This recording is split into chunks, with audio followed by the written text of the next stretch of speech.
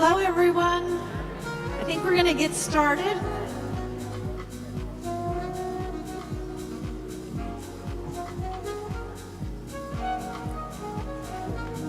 And if you didn't get some food, there is food in the back. So, welcome, welcome. We can pull more chairs in. There's still some room up front here, so fill in.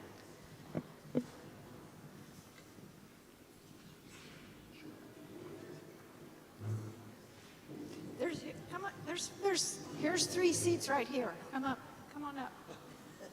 Not to put everyone on the spot to make you sit in the front, but yes, you can hear much better if you're closer up. In fact, you might even be able to. Can you hear me better this way or this way? Use the mic, okay. All right. I should begin by saying that one of the things that we are working on this year is a new heating and cooling system and new sound, audio, and lighting for this place, so we can all hear each other. So, yes. Okay. Can the people who are here for ReUnion raise your hand so we'll know who's here from prior classes? Welcome, welcome. And can current Union students raise your hand so the alums will know who to talk to who's here as students? There you are, right here. Okay, and then you're going to be meeting a lot of the administrators, but all of the people who work at Union. Could you raise your hand so we can know who you are? Okay, great. All right. So I'm going to start us off this evening, and then we'll open up the conversation to conversations with all of the different parts of Union. But before we do, I know many of you may have heard this, but I wanted to share with you the very sad news that this morning Phyllis Tribble passed away at age 92. Yeah, for so many people, yes. I know.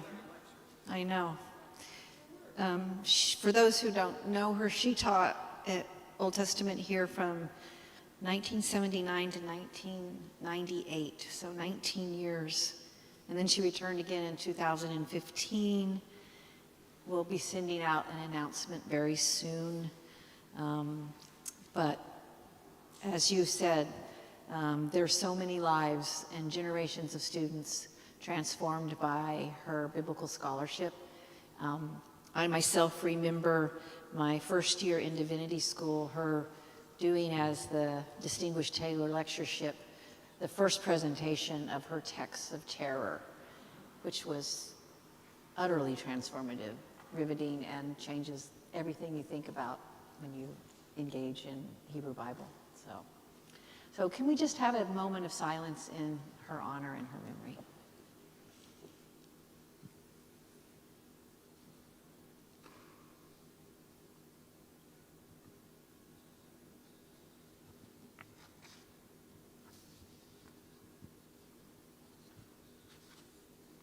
Okay, thank you. So I'm so excited about this evening's conversation. As I said last night, after 18 years as president of this amazing seminary, I'm going to be stepping down in June and be returning to the faculty here after a sabbatical to teach theology. But let me say that without any qualification at all, that these past 18 years have been the most powerful and fulfilling years of my 45 years, I can't believe it, 45 years ensconced in the world of theological education. When I first arrived at Union almost 2 decades ago, I knew very little about administration, but I had and still have a deep commitment to theological education in general, and in particular, to the unique and globally recognized education that Union's faculty has offered its students for getting close to 2 centuries. In addition to learning how to lead Union, I have had the chance to cultivate countless relationships that have been transformative for me personally.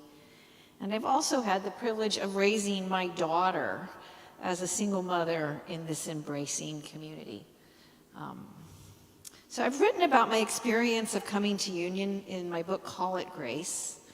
And central to this account is the way in which the passions and rigors of Union's mission matched my own lifelong activist commitments and has deepened my appreciation for the beauty and challenge of being part of a community where, as our mission statement says, we are responsive to the needs and concerns of the world. And that stands at the center of all we do from the beginning in 1836 to today.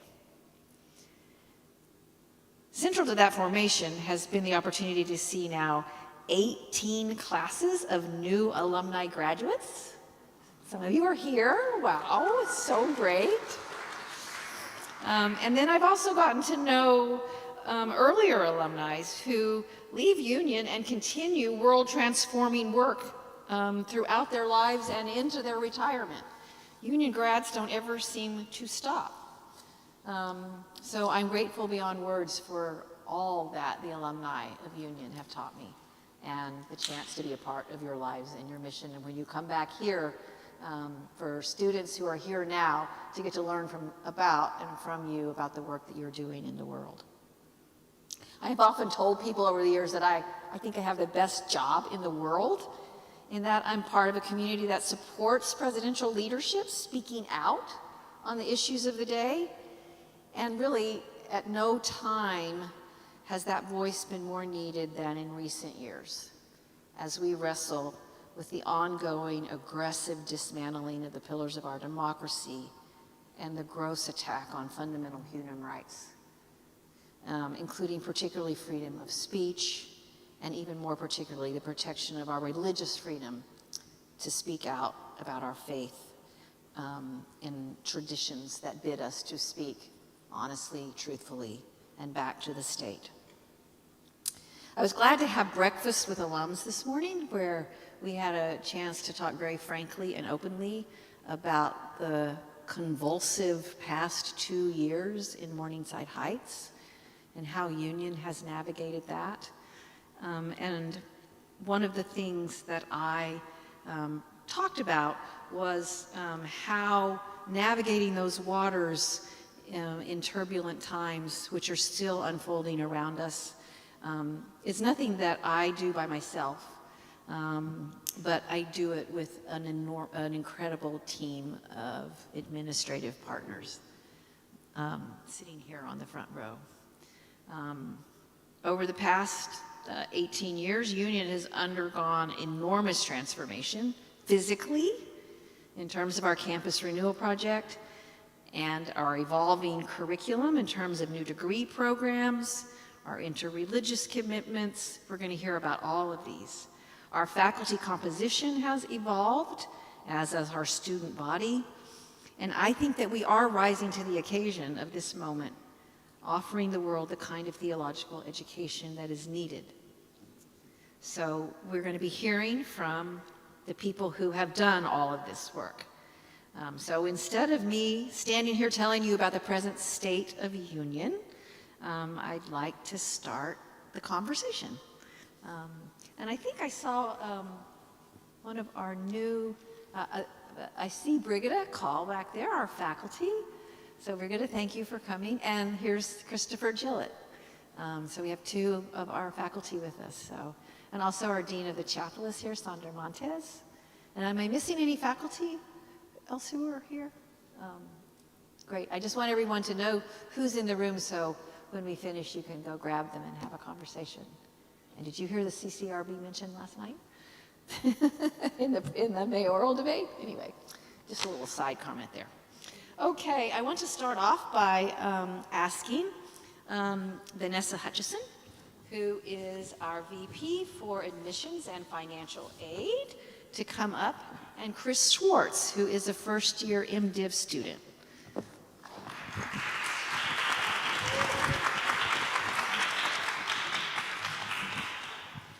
I'm going to start with Vanessa. Can you start off by telling us what the numbers in terms of enrollment are showing us about this moment in time? And in that context, talk about who is hearing the call of union and who's coming. Wonderful. So thank you, Serene, and also welcome to all of our alums in the room. It's so thrilling to see you here tonight. Working in admissions, I love seeing you at the beginning of the journey and at this stage in the journey, so thanks. And then to address Serene's question, it's a thrilling time to be here at Union. This fall, we had our largest entering class. Since I've been here. I started with the fall 2018 entering class. Actually, orientation was one of the first things I did. And we welcomed over 128 students across 8 degree programs here this fall, 3 of which were actually launched within the last 3 years that are really transforming our institution. And I'm really grateful to be here at Union because we really are meeting the times, and we continue to evolve to make sure that we are positioned to address the concerns of the world. And so when we look at some of our newest programs, like the Doctor of Ministry program, the Master of Professional Studies program, which is one of very few master's degrees that are offered within New York State for students who are currently incarcerated. Our programs are at Bedford Hills and Sing Sing, and you'll hear about them this evening. We continue to support theological education, support the needs of our students, and then also live out our mission with our commitments to social justice and interreligious engagement. And so when you think about what am I seeing when I'm talking to prospective students, we actually have, we meet a lot with prospective students. We have our calendars are available online in the admissions office. So at any time, anyone can actually schedule 20 minutes or longer to meet with myself and my colleague Jermaine Kaur, who is a Union alum, class of 2020, MDiv program. We talk a lot about, what are prospective students thinking about? Where are you in your life? What are the reasons why you're considering theological education? And what I hear about is the passion for change and for impacting in positive ways the communities that our students are coming from, whether they're concerned about climate justice, whether they're concerned about addressing the traumas that people have experienced in their lives, whether they're thinking about, I'd like to be a chaplain and support people through illness or as they may be nearing the end of their life. They've seen Union as a place to not only think about and reflect on their faith commitments, their commitment to others, a place to really talk about compassion, which in this society we don't talk about compassion, and this is a place where there's permission, and actually that's part of who we are. That Union is a place to really experience the breadth of that. The other thing that I think is really important about Union, especially over the last 2 years, is that we're an institution that continues to live into its mission in a time where it's actually increasingly more dangerous to do so. The fact that Union hasn't stepped away from our commitments, that we still can loudly and proudly say that we think that diversity matters, inclusion, respect for all matters, centering those that are most marginalized matters, and that we're willing to say that publicly. When we know that schools are being targeted, I think it's very important. Union has a very rare voice, I think, right now, and I always feel, working in admissions, that we're in a now more than ever moment for theological education. And so I think that's maybe where I'll leave it, because I think students say it best in terms of what your thoughts are and your experience with just coming to Union. And so maybe why don't you introduce yourself, Chris? Hello, yes. My name is Chris Schwartz. I use he, him pronouns. I'm a first-year Master of Divinity student concentrating in religion and the Black experience. And my experience is that because we're sort of like in a time of crisis in our society in many ways. And part of that crisis is Christian nationalism and the way that religion is being weaponized to hurt countless people and try to sort of consolidate the government. It's extremely important when I was deciding like what I should study and where I should go, to go to a place where I could encounter the best of my tradition, and not a sort of ideological and propagandistic version that can sometimes be taught, right? And I wanted to go someplace that had a sort of commitment to the things that I am committed to: social justice, making the world a better place, combating different forms of oppression, right?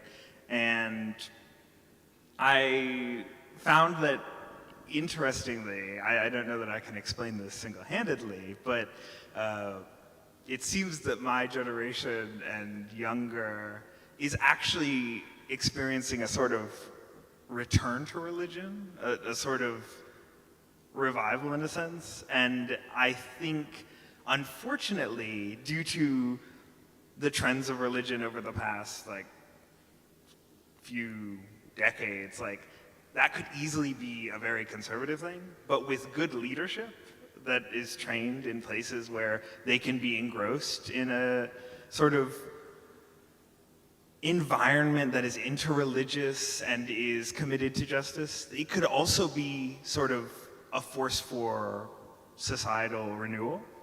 And that is why I'm here, because I want to be trained in a way that I can maybe encounter my generation and younger generations that are sort of experiencing this return to religion and help them to see a brighter future and act on that.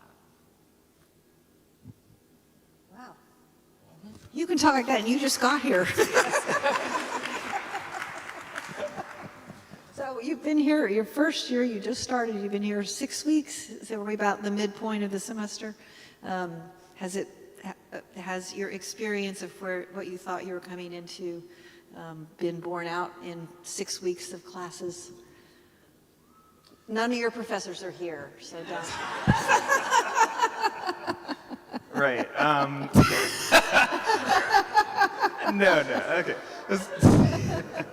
No, I think I have actually been, I had high expectations, and I think I've been pleasantly surprised still in what I've experienced coming here. I was like, oh, okay, like I wanted to go to a seminary environment because I wanted a sense of formation as well, and I am happy that I have access to like chapel services every day and like a very communal environment that is not very common at graduate schools. Like, had I gone to just a graduate school of religion, it would be a very different experience. I have spoken to others who went to different like divinity schools and stuff like this, and there is something about the seminary environment, a lot of people living together, spending a lot of time together, that really forms somebody in a way that just like seeing people in classes and then not anymore, like it does not.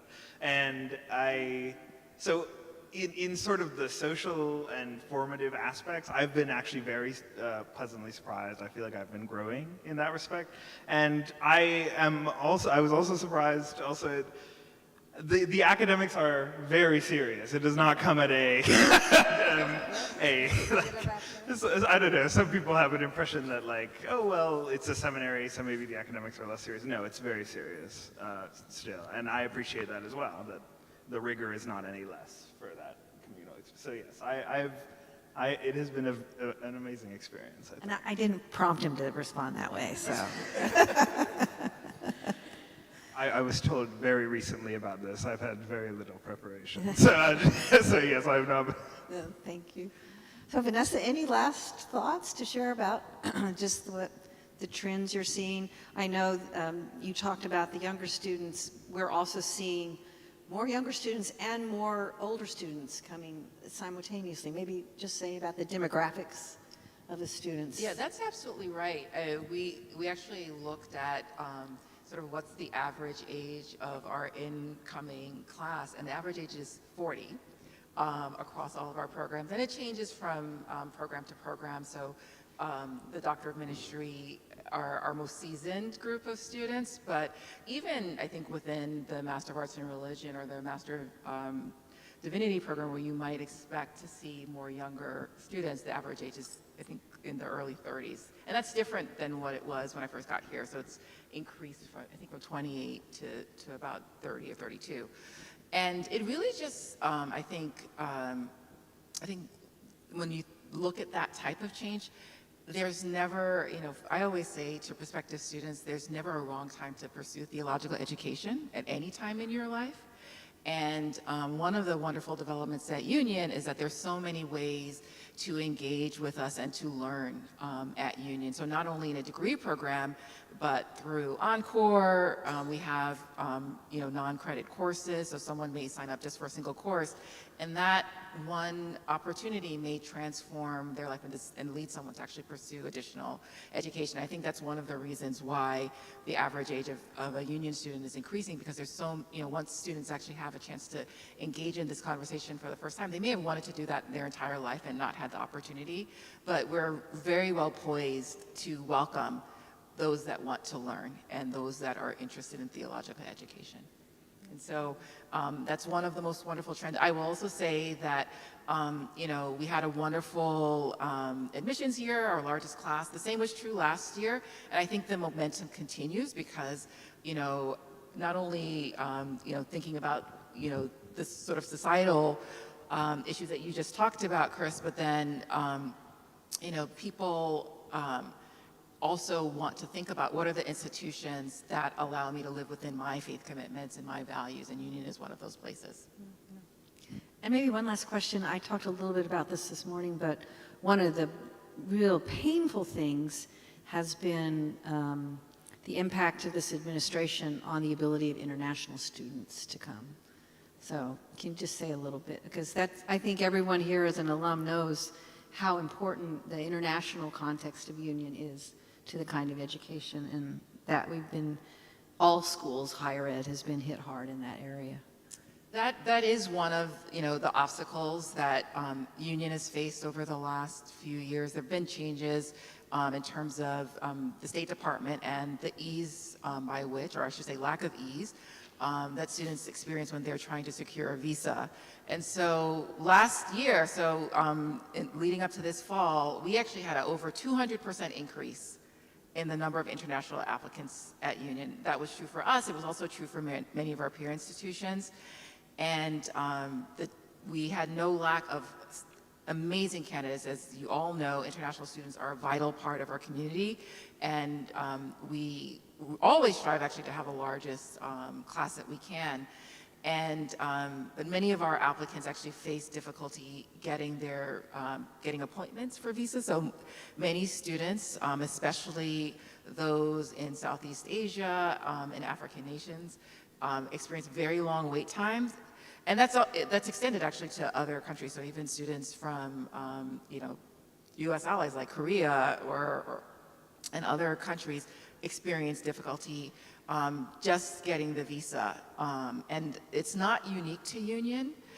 It's something that's being experienced by schools across the country. And what it means for us is that we work tirelessly, myself and Dean Abby Ascarali, we work with every single student all the way through, maybe weeks before the start of classes to help them get here. And I've been very grateful that we have a wonderful support from Serene, from our development office, that are willing to, to think about what are the things that we can do as a smaller institution to help bring students to campus. And so it's something we'll have to continue to work through, but there is definitely commitment to making sure that we have a robust population of international students here at Union.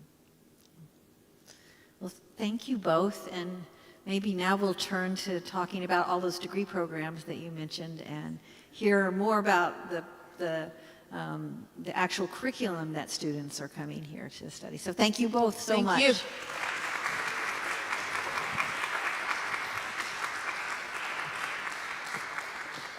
So I'm going to ask Dean Sue Pak academic dean and vice president of academic affairs, and also still a professor of field education and integrative learning. So Sue is now in your 4th year in the deanship, but a very long time at Union. And so it's really great to have a conversation with you tonight. How is Union's educational process of forming leaders for the world in which we find ourselves, how is it evolving and changing? What do you see as the impulses behind it, and what kind of form is it taking in the new degree programs, which we always quickly run through very quick, fast. We've got da-da-da-da-da-da, but each one of them is so unique and so special. So could you sort of just take us through what's happening in our curriculum and programs? Sure, thank you, and good evening, welcome. Yes, this is my 4th year in my position, but 31st year at Union. I came here as a doctoral student and meandered my way through various offices and landed here. So I think before I go through the degree program, I know that I think Chris mentioned formation, and we really, it's very important we take that very seriously. And what that looks like may shift and change. And degree program is one way of looking at formation, right? And it's not just the curricular pieces that make up a degree program, but what we do there and how we gather, how we support students through a particular end, and those things are distinctive for each of the degree programs. So you all know that we always had a Master of Divinity forever and ever. We had a PhD forever and ever. We had the MA program, which is now called MAR, Master of Arts and Religion. We just changed the name, which is more academic degree that leads generally to academic pursuits like PhD. And then we have a 1-year STM program, which I think Serene talked about. A lot of international students come for that 1-year program, and I can tell you, we have a legacy and history of students coming from around the world for that 1-year program and being transformed by it, going back to their home countries and transforming their country. I mean, we have stories upon stories about what kind of impact this, just even 1 year, has done for the students. So I also mourn the loss of international students, because that means our reach worldwide has weakened. So I just want to kind of circle back to that. So this year we added, we also had, I can't miss that, Derek, Master of Divinity with in conjunction, dual degree with Master of Science and Social Work, which we had with Columbia for a very long time, and more recently added another partner, Silverman School at Hunter College. And that's MDiv MSSW, which is the Columbia, MDiv MSW, which is the Hunter program. So we have, and it's actually very popular. Students are wanting to come, especially when they don't know what to do with just an MDiv degree when they're not necessarily the churches, to go and pastor. They always see that having another competency or skill or degree or credentialing will help them, that actually fits their calling, right? It's not just the credentialing, but it actually fits the calling. So the dual degree has been very popular.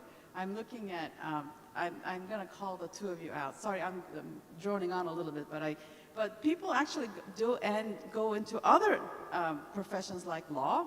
And I'm looking at Davis, who did the law.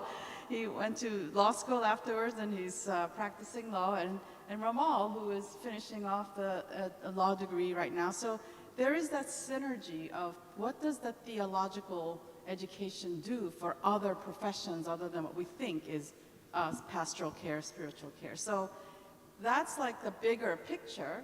And so we added not necessarily because of it, but we're thinking about like what other ways can we reach, and who are the people who would like to study but cannot for various different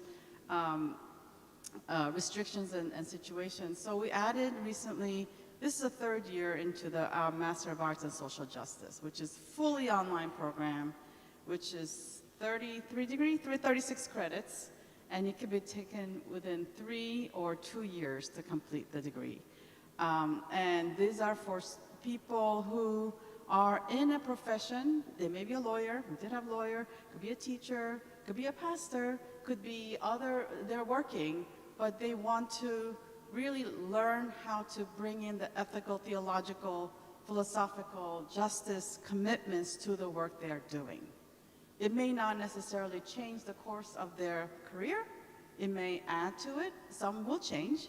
But the purpose is unlike the MDiv program, which actually you're going in there, you're discerning and you're doing. This is more of a people who are settled in their profession, who would like to have a framing and understanding of religious, theological, ethical, justice-oriented lens to everything they do. So that's MASJ, and we have the third cohort. The other new program we have is, I will leave the MPS program to David and David. They we have a show for you, David and David, it's great. I'll leave that to them, but the other program is the part-time MDiv program.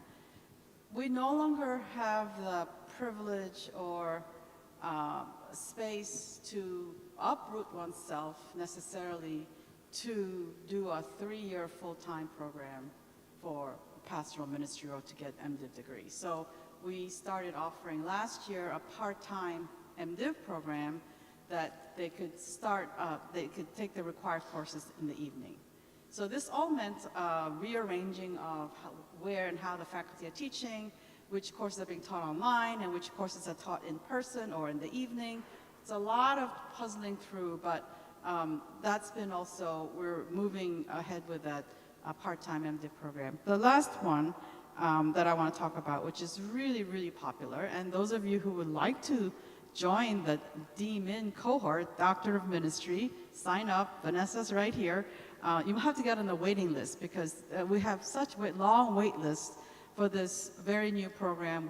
We just enrolled the second cohort of our Doctor of Ministry program for those who have been in ministry for at least 5 years, who would like to think theologically and brush up on some of their own scholarship, and do a project that is maybe meaningful for them. And this is a 3-year, 33-credit part-time with low residency, meaning they're here for 3 times for a week, beginning of each year, and then all the other times they're doing part-time, online courses. So those are the courses that, the new programs. There was something else I was going to say about formation. Maybe I'll just, do you want to ask me anything else? Should I just keep going? Keep going. No. I should also say that it's such a delight to, oh, there's Linda. Linda's in the D-Min program. Linda, hi. Yeah. It's such a delight to be able to work with my colleagues who are not just smart and fabulous, but also funny and so open and vulnerable, and make a wonderful group to work with.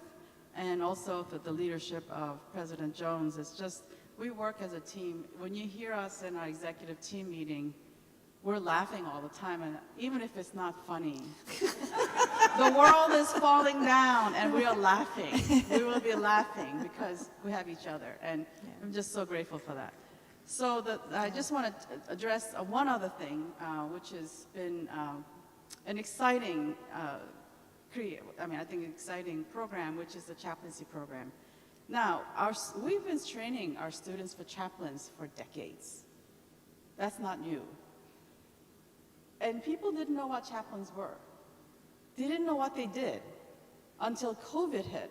And chaplain was at every newspaper outlet every other day, because they were going into the hospitals and they said they are the ones who run towards the dying. I mean, there are all these articles around chaplains, and all of a sudden, this 200-year-old profession has become very sexy and very relevant, and everybody wants to be a chaplain. This is why we laugh a lot. Yeah.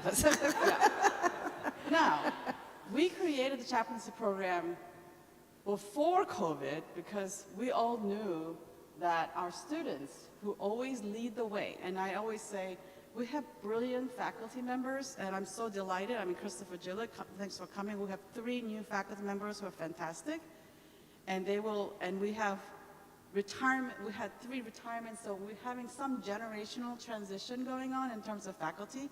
Very exciting because their energy is high and their scholarship is fantastic, and I'm just so looking forward to how new faculty are going to shape and reshape who we are as an intellectual community. Yes, we have great faculty, but our students, I always say follow the students. They always lead us to the place we need to go because they are about 5 years ahead of us in terms of relevance, right? So it is not, no, it didn't, chaplains didn't all of a sudden pop up after COVID. Actually, and I like to claim, I may be wrong, but I want to claim it anyway, and if you find otherwise, don't tell me because I like to believe it, that now we talk about what we call movement chaplains, people who go to various movements like Black Lives Matter. You know, we have No Kings protest here tomorrow. If you're around 1 o'clock at 125th in Amsterdam, see you there. Or whatever other protests there are, you have spiritual care providers who will be there. Now, but do you remember the Occupy Wall Street? We were there first. Our students were down there every day providing spiritual care to people who were sitting in Zuccotti Park. We followed the students. They wanted to go down there. So I said, whoa, whoa, whoa, let's get some training before you go down there. So we had disaster relief person come and do a training. So I think disaster relief training is, chaplaincy is sort of I think it's like a 4-parent or our lineage to the movement chaplain for Union. It may be different elsewhere, and if you find it elsewhere, don't tell me about it because I like to believe that it all started here. And so movement chaplain now is a thing, right? So people are, and our students are very interested in showing up in various movements to say that we're here for you, and people who are activists, they need care. People who are out there fighting in the front line, they need care. And this has been our gift, I think, to the world and to activists, to social justice movements, that how we do this chaplaincy. So very quickly, I'm being shown the number of minutes I'm going over. So I'm going to start calling people out who's telling me to not speak anymore. No. Just very quickly, so we started a chaplaincy program which combines 2 very, one historic commitment, which is second religion. We've had very, very, very strong second religion program, and we still do. And that's been our historic strength, combined with interreligious engagement, which is more newer, although our commitments to ecumenism, interreligious, interfaith has been a long-standing one. And it combines the 2, and that is how we created the chaplaincy program. One final thing about the chaplaincy. We have now, I mean, those of you who know about clinical pastoral education, you all know that it's accredited by ACPE, Association for Critical Pastoral Education. So you may or may not know this, but Union is a ACPE accredited CPE center. We offer CPE program that is in conjunction with, and I know Ian, I'm picking on everybody today, because Ian went through that program, is combined with field education and CPE model. We're trying to get both in to learn from each other what happens when you put 2 models of learning together. And it's accredited. We have a CPE educator who runs that cohort, and it's been going for, well, we've been running this for about 8 years, but last year we were finally accredited as a solo center, and the kind of program we have is unique. Maybe one or maybe one other program, but we're really It's a unique program. I know I talked a lot. Do you want to ask me anything else? I've been told that my time is up. Okay. My time is up? Do I So stop? I'm gonna actually turn to one program now that Okay. you've set the stage so well. And thank you, that was a great overview. And it's hard to imagine a more impassioned, brilliant, creative, and active dean than Dean Supak. So thank you so much. Thank you. I do have one more thing to say. Yes, so she has This one is more thing to something say. Very, very, very short. The other piece about formation is that we really take contemplative practices seriously. It may not have been in history of Union that was a thing, but it is a thing now, and we want to continue, and we do that interreligiously. The Buddhists among us has shown us a lot how they do it. It encouraged those of Christians among us to say we also have contemplative tradition. And so that's been a really interesting and helpful formation co-curricular program that we have here. So I just wanted to, because it's important to note, because we hear a lot from alums that, you know, what's happening with spiritual formation, but we want to let, you know, this is very, very important. We're committed to it. You can talk about the meditation space. I'll stop now. Oh, okay. Okay. Maybe we'll do that when we get to the building project. Thank you. Okay, all right, okay. Thank you. Thank you, Sue. So I'd like to invite, as Sue referred to them, as David and David.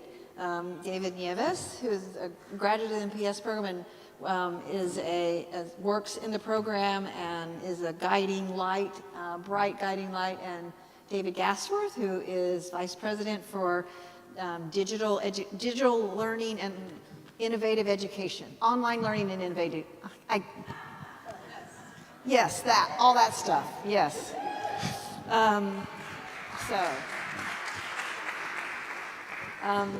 So thank you both, David and David, for coming to talk about one of the programs that Sue described, which is our Masters of Professional Studies, which we're now in the second year at Union, but it's a 40-year-old program that was started by Bill Weber. Many of you will remember Bill Weber, who went to NYTS and began this program and envisioned it. And as NYTS was winding down, we worked very closely with Lakeisha Waldron, their president, and their leadership to transfer the MPS to Union so that at Bedford Hills Women's Correctional Facility and Sing Sing Men's Correctional Facility, we could continue this really important legacy.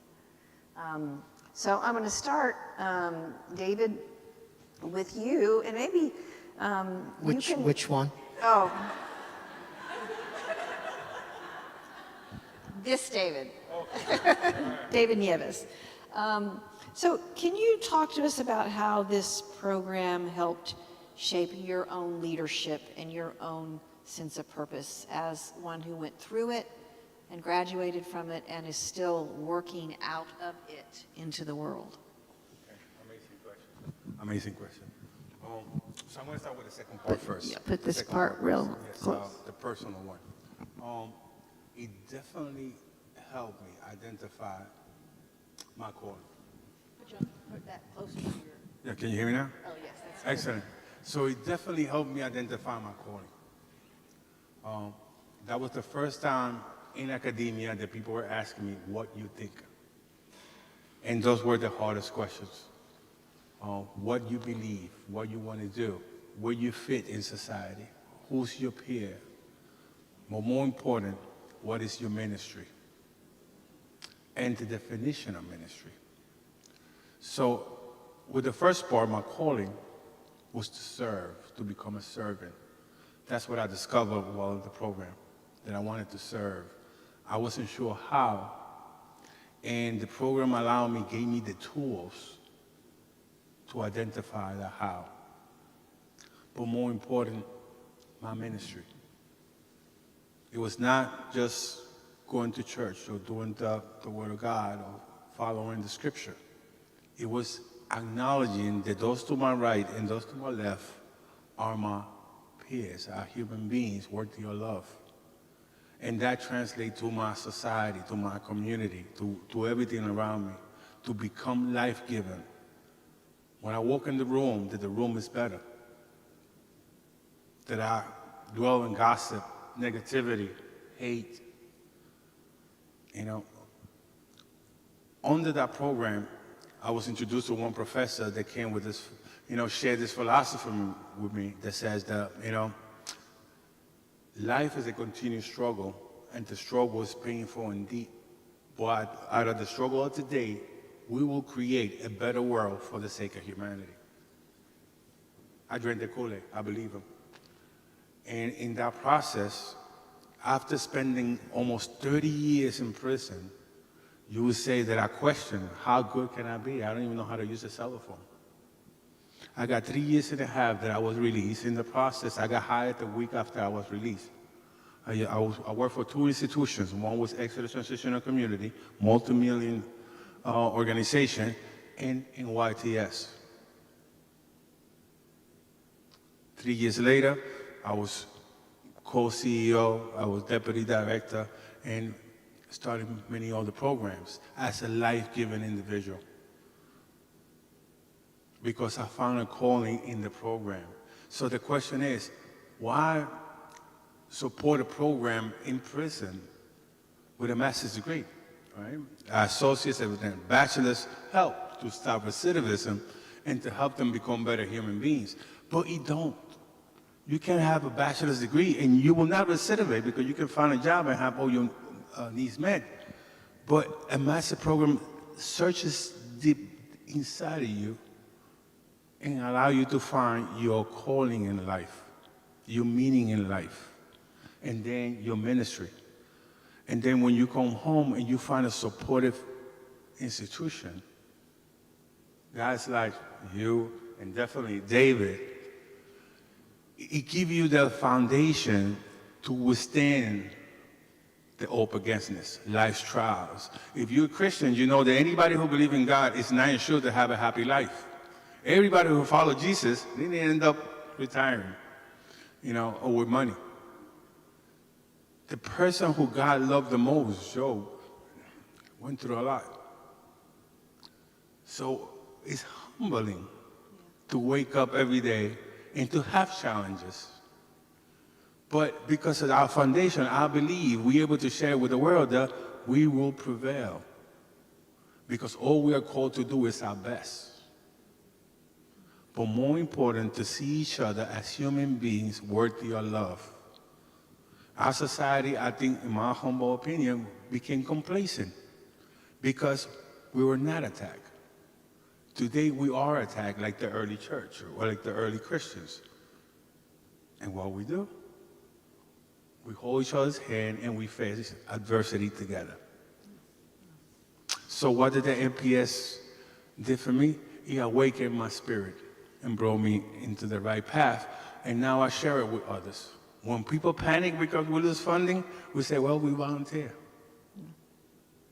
Because that is what it's called, to make a change in our community, in our society. I don't know if I answered that question. Oh, you more than answered that question. Thank you. You are a testament to the power of that program. So thank you. And I'm going to ask David if that David, the other David, David Gasworth, you're very involved in the program and watching not just the impact that the program has inside, but the impact that the program is having. We refer to it as our northern campus, but the impact that the northern campus is having on this campus. How is it changing life here at 3041 Broadway? What are you seeing happen? Sure, thank you. And let me start out by just thanking President Jones for seeing the vision and seeing the importance of the MPS program. And when things looked grim financially for the future of the home institution, ensuring that we found a path to keep the program alive and bring it here to Union, and not only keep it alive, but find ways to grow it and see to it that it thrives. to just echo the point of awakening your spirit, this program, and anyone who knows me here at Union, has, really reinvigorated me personally, because, I came to work in higher education because I had some administrators in my undergraduate years that really were profound influences on my life and who I saw have tremendous impact on many young people. And so that was why I wanted to go into higher education. That was my ministry. And the MPS program has made me think more deeply, and has provided me with the opportunity to learn more than any other professional experience I've had. And so some of this is very personal, but I also think what I've experienced is also being experienced by others here at 3041 Broadway. The ways in which our students have an interest and a curiosity in meeting the people whose lives are being so profoundly impacted by the injustices of the world is unique in that for many, these are issues that are out there that they care passionately about. But for many of our students, it hasn't been their lives or folks in their communities, per se, who have faced these issues. And with the MPS program now, and with our MPS alumni, which are over 600 at this point, these issues are very real, and the need for change is not something that's an amorphous, distant concept. And so when we have opportunities and the interest from our students and staff and faculty to be involved is significant, and in some ways more than we currently have the capacity to make possible. And so what we're really working on, and we just announced a new program that's going to have their programming here called Coming Home, is thinking about all the ways in which folks are impacted by the justice system. So our students, before they become incarcerated, there are all ways in which our community can have an impact and help address issues and maybe prevent the incarceration. While our students are incarcerated, opportunities for our students here to be matched with students studying inside as research assistants, opportunities for our students and our alumni to help support alums upon re-entry, so fundraising for that. But what I would say is the most profound way that this program, I think, has had an impact on Union is when we think about social justice. Particularly right now, there's feelings of hopelessness and a lack of kind of efficacy, and these issues are so big, and the opportunities and ways of having an impact might not be as clear as one would hope. When it comes to issues of mass incarceration, re-entry, these are very real issues that there actually are opportunities to have profound change happen, because so many of these issues, particularly for our MPS program, are state issues, are issues that legislators are thinking about making changes to. And so our students, I think, see this as an opportunity to live out their values in a way that can actually allow for change in a period of time where the change we all are looking for is pretty elusive at the moment. And so I think this is an example of a social justice issue where change is possible. The change can have profound impact on people and their families and their communities. And so by having this program here at Union and having the 600 alums and 18 current students in the program, it just enriches who Union is and places Union at the center of what I think, and a current student and faculty member of ours have called, the social justice issue of our time, the Jim Crow of our time. And so I think it just really, puts Union in a place where it can live out its values in a way that maybe it wasn't able to do so before the program came here. Wow, thank you both. May I speak on the faculty? Yeah, For the and MPS just program? real quickly, because I know they're holding up the time clock. Yes, because kind of like it would be a disservice because those are really heroes. To teach in prison is hard. To be in prison is hard, but to be innocent and go through the process that those professors go day in and day out, it used to bring tears to our eyes because they go to prison to visit us and to teach us more than some of our family members. They go through so much to share the word and to teach us, to build us, to allow us to believe in us, to believe that we are worthy of a higher education, that we are worthy to become leaders in our communities, to give us a voice, to go back to those communities that we harm, we hope, with a different message, with leadership. They pay a price. One time I asked one professor, I said, I don't know how to repay you. Honestly, I don't know how to repay you. And he said, go out there and do good. I go to work at 6 o'clock in the morning, but that is a lie. I will do that work for free. I go to help my community at 6 o'clock. My family understands that when I make it home at 10, at 11, at 12, I'm doing what it fills me with joy that is helping my community. But that came because of the sacrifice of some of the professors. They took the time they left their family and the comfort and went inside a maximum security prison, went through all the indignities of getting processed because they believe in those that were outcasts and made them believe that there's a better tomorrow. Thank you. Wow, thank you. So good. So I think we're gonna keep moving through the program, but thank you both, and we will just continue to watch this program thrive and grow. And it's just, David, hearing you talk about the importance of the program, it's truly a witness. So thank you, thank you, thank you, David and David. It's my favorite guy right here, David. Okay. Now I'm going to call up Maura Smith, who's our Vice President for Development and Alumni Relations. And we're going to talk, and we're going a little late, so maybe we'll talk quickly. I can do that. Yes. Maura has the task of working with a wonderful group that includes Joe, who has done such wonderful work on this whole reunion.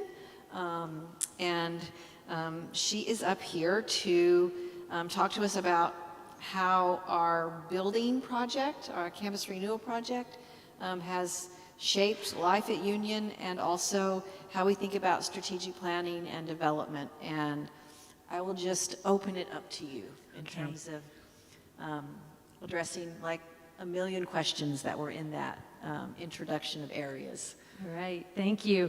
I came here just over 2 years ago, specifically to work with President Jones, because she had a vision, she had a strategic plan on how to really move Union into the next chapter. You know, we're very close to our 200th anniversary, and we obviously want this noble institution to soar and continue to soar.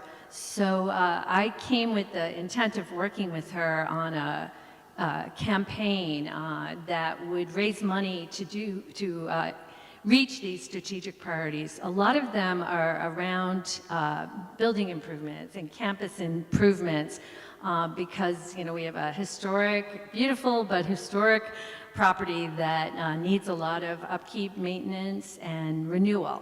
So luckily, we have been working on a campaign called the Voices of Union campaign. I think the campaign name is reflected in tonight's event. All of your voices, the voices of our alumni, living and past, have really been the power of this small but mighty institution. We keep raising money, actually, and we keep increasing our goal because we're finding what I have found as a fundraiser, when you do good, the money will follow.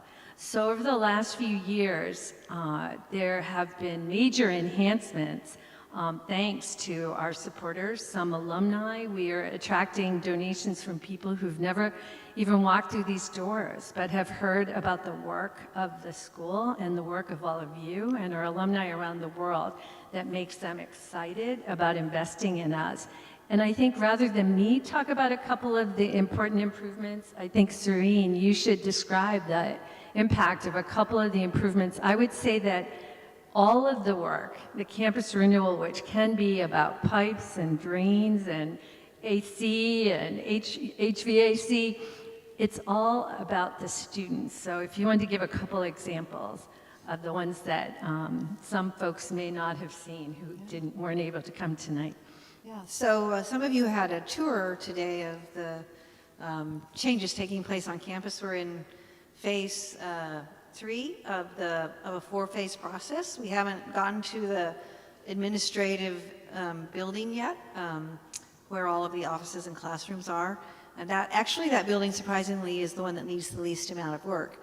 But you got to see a newly renovated Hastings Residence Hall, which has dorm rooms, studios, suites, and apartments that are more designed for diversity of lifestyles and family configurations. And it's beautiful. You can see the new building on campus. Our whole faculty are now living on floors 5 through 9. And some of our essential staff, Dean Abbey, who you'll hear from next, lives there as well. And then the phase that we're in right now consists of turning the space underneath here, which many of you will remember was just a maze of offices related to facilities and technology. That is all moved to the back of the house, and we are going to turn it into a new refectory. And then we're very excited about a space in the base of the new building that was originally had another purpose that Union just this past year was very lucky to be given. It's a large academic space. So the courtyard area with the new refectory and the new academic space and the work we're doing on the chapel. And then finally next week, we will be opening a new prayer and meditation worship space in the top of Auburn Hall, where I don't know if you remember the finance office was up there for many years. We never saw the finance people because they were way up in the attic. Well, now we took down all the walls and opened up windows on 3 sides, and it's a really glorious meditation space, and it's also representative of our interreligious engagement. We needed a space for prayer where people never walked in with their shoes on and could claim that space as their own. So I could talk forever about the building renovations, but last thing I'll say is that we don't do the renovations just for the sake of renovating. The place was falling apart. We had really no choice, but it's also just so important as we have more and more students that are not on campus, it becomes more and more important, I think, spiritually and with a sense of belonging to, even if you're not here, to have a place that you think of as your home. And that is what we're trying to do, is recreate a home for the next 100 years. The people who built these buildings, I read in the documents, were very proud in 1907 to say that they were going to last 100 years. And then I arrived in 2008 and they were falling apart right on time. So we are working for that next 100 years of a home for this school. And the last thing I will share is through this fundraising effort, through the campaign, as we call it, and fundraising, we're also raising a lot of money for student scholarships. We always have our eye on that prize. We really have to support people, as you all know better than myself, who are going to take this journey and are going to walk this walk. It's not easy to do, and it's financially challenging to do. So through the campaign, we've raised over, at this point, we've raised over $12 million just in the last couple of years for faculty and programs, new programs here at the school. We've raised over $10 million for some of these projects, campus enhancements, and over $7 million for student scholarship, and that's just within a few years. So it gives you a sense that there's real momentum here and real support. And we're going to ride this wave between now and the departure of President Jones. This is an incredible opportunity for Union to really solidify these strategic priorities that she has set forth that are just essential to our future. But we really need to set the foundation for our next president to walk in and really, ride their wave and make this place their own. So we're just laser focused on this, and I couldn't be prouder to be a part of it. Yeah, I think that's really, and I just wanted to share a couple things because Serene is such a humble person, and she would not really tout her own successes, but in the 18 years that she's been here, she has doubled the net assets that Union sits on now, going from about 100 million when she arrived to now over 200 million. That's an extraordinary feat in 18 years. And Feels like 1800. lastly, I will say we ran some numbers. We track every single gift from your 10, 20, 50, $100 gift all the way up to our biggest gift ever came in the last year. Serene and I were able to secure a $10 million gift, which was the largest in the school's history. They all come out of the database that we work very hard on keeping up to date. And in her 18 years, she has brought over $132 million into this school. So I think that deserves a round of applause.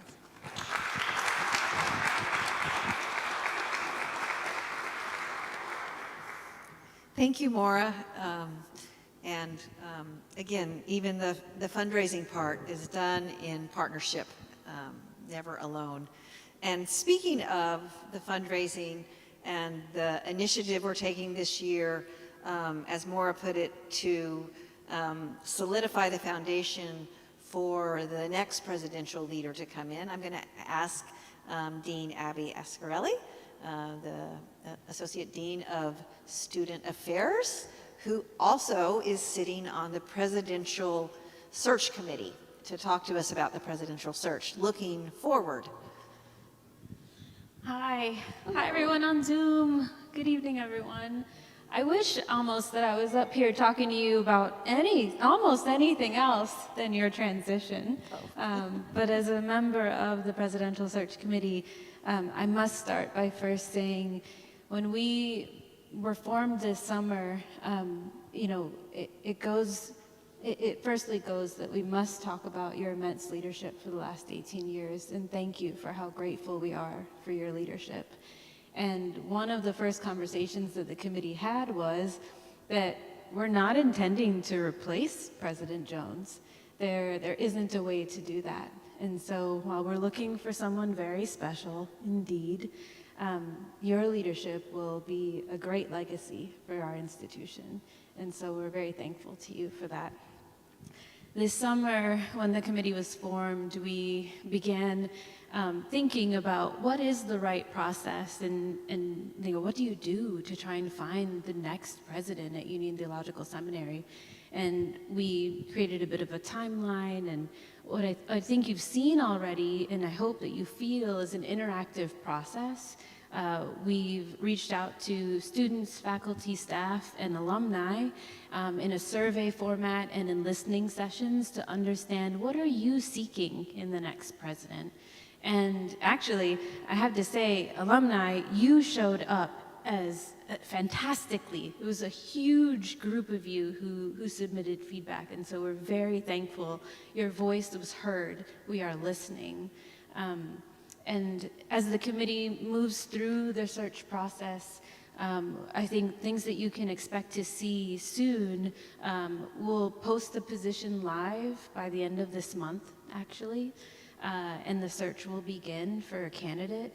The intention is and the hope is to hire by mid-spring of 2026. And that will allow for a little bit of overlap between the new president and President Jones before the end of your leadership on June 30th, 2026. Folks can stay updated throughout the process. We'll have a website a page on the website very soon that leads folks through with updates along the way of where we are, and we're hoping for transparency in that way. I should offer that if there are any questions or any feedback at any point, any of the committee members are willing to sit and meet with anyone to clarify or to take your ideas as we move into the search process. But I think one of the things that the committee often talks about is how extremely difficult of a feat we have ahead of us. It'll be difficult to replace you, and so we're looking for someone very special, as I shared, someone who has many of your excellent qualities, knowing that we can't replace you yourself. They said I had big shoes. I said, I just wear size 8. Narrow. So, thank you. That's good. Thank you. Thank you, Dean Abbey. We're going to come to the close of our evening. I know we're running a little bit late, but I would love to ask Derek Jordan to come forward and help me close out the evening. And Derek is coming as a representative of the Alumni Council. So, welcome. What words would you like to bring to us from the council, the Alumni Council? Thank you so much. It's so good to have you here, and thank you for coming. Thank you so much for inviting me, and good evening to everyone, and to everyone joining online. So one of the things I thought about was why some of us came to Union in the first place. Some of us came to Union for its stellar academic reputation. Some came for its reputation for social justice. For me, it was the above, and so many others, because of its dedication to being a safe space for queer and other marginalized folks. But regardless of what brought us to Union, we are united in our shared concerns, especially around the threats to our social fabric, right? Concerns that no matter our positions of privilege or marginalization impacts each of us. There's so many Union alumni who are doing extraordinary, fantastic things, some on a very public platform, some writing op-eds, running nationally recognized organizations, some on television, and other folks are behind the scenes. Some are chaplains, some are pastors, some are feeding the hungry and helping those who are unhoused find shelter, and others are shaping change through policy reform.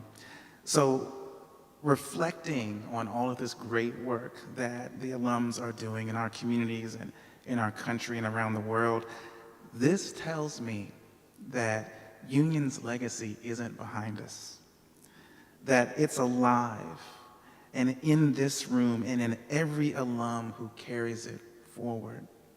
So I would just like to offer, on behalf of the Alumni Council, I just want to thank each of you for building and sustaining and imagining what Union can be and can do, especially when we all come together. Tonight is a celebration. It's a celebration of the power, of the strength, and support that comes from belonging to this community at Union. And we need each of you. There's a tremendous, tremendous, tremendous urgency in our nation, calling us to band together. We're facing a level of evil and unmitigated hate that is specifically targeting Black and brown bodies and the work of social justice and equity, which is at the core of Union. Where rights are being stripped away, the liberty is being reallocated to protect only the privileged few. So won't you join me? Won't you join so many of our alum by filling out this wonderful form that Jo and her team has put together? You'll see their little cards, I think in the back or at the table. There's also a QR code there. This isn't a generic program evaluation, but it really is an opportunity to give feedback, to explore the ways that you can connect and stay connected. This is our call to action, to get involved, to give, and to do whatever you can do so that we can collectively and as a community continue to fight for liberty and justice that is truly for each and every one of us.